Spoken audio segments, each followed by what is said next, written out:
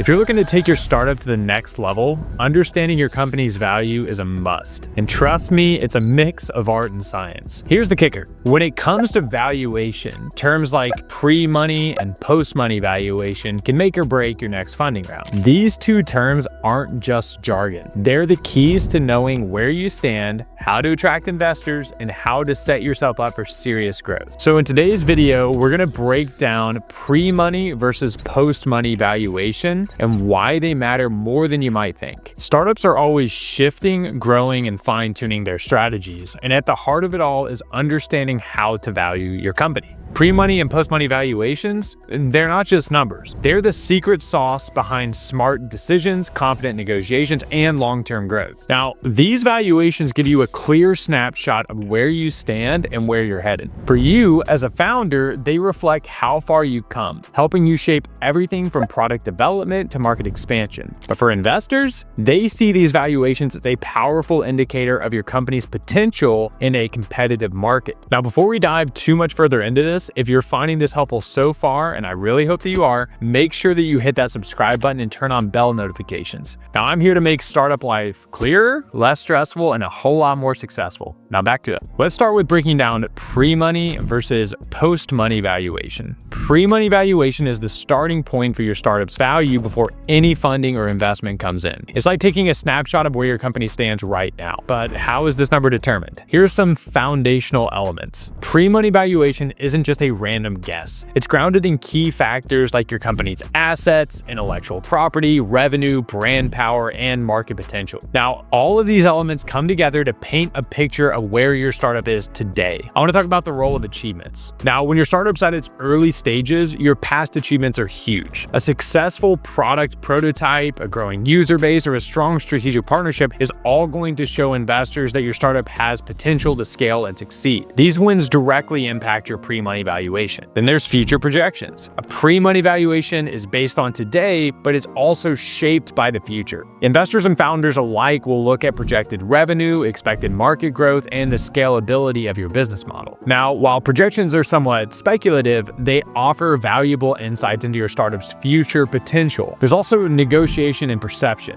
So pre-money valuations aren't just about the numbers. It's also influenced by negotiation and perception. Things like your team's credibility or the potential for your startup and even the state of the market can push those numbers up or down. Okay, so now we've covered pre-money. Now let's talk about what happens after the check hits the bank account. Let's get into post-money valuation. So here are the basics. Once investment is in the door, post-money valuation reflects the startup's net worth with added capital. This number isn't just a metric, it's a window into your company's growth trajectory and its newfound appeal to investors. It's simple math with big implications. At its core, the post-money valuation is just the pre-money valuation plus the investment amount. But don't let that simplicity fool you. This number has very big implications. It paints a clear picture of your company's financial health post-investment, and it gives founders and investors a sense of where your business stands in the market. Let's talk about equity distribution. Post-money valuation is critical whenever figuring out how much of the company an investor now owns. It helps the founders and the investors determine what percentage of the company the new investment represents, allowing them to figure out exactly how much equity the investor holds. It also has implications on future fundraising. Your post-money valuation can be a game changer for the future fundraising rounds. A higher valuation can make your company more attractive to potential investors, and it can help you secure better terms. It essentially sets a benchmark for your future financial growth and your fundraising success. Then there's market perception. The post-money valuation also shapes how the market views your company. If the valuation jumps significantly, it signals investor confidence, which can draw attention from customers, partners, and even future employees. Now, this positive market perception can propel your company forward in ways that you might not even expect. And finally, there are strategic decisions. For founders, understanding your post-money valuation is critical for making strategic moves. Whether it's expansion plans or potential mergers or acquisitions, this number acts as a financial compass, helping you guide your company's next steps with certainty and purpose. Now, I want to talk about why the distinction between pre-money and post-money valuation actually matters in the real world. I want to get into two key reasons: equity distribution and future financing rounds. So let's start with equity distribution. Equity distribution in startups is no simple task. It's a fine balance. And understanding the difference between pre-money and post-money valuation is a key to getting it right. The pre-money valuation sets the starting point, showing your startup's value before external investment. When an investor comes in, their capital increases the value, leading to the post-money valuation. But here's where it gets crucial. The gap between these numbers directly affects how much of the company the investor owns. For founders, it's about holding on to the ownership stake they want. And for investors, it's about understanding how much equity they're getting in exchange for their money. And the distinction is critical for both sides. And then there's future financing rounds. Now, getting your first round of funding is just the start. As your company grows, more funding rounds are going to be more and more likely. So the pre-money versus post-money valuation in your first round sets the stage for all of the future rounds you're going to be raising. The higher the post-money valuation makes your startup look more attractive, helping you pull in more investors and secure better terms. But if your valuation is on the lower side, then you'll need to have a killer growth story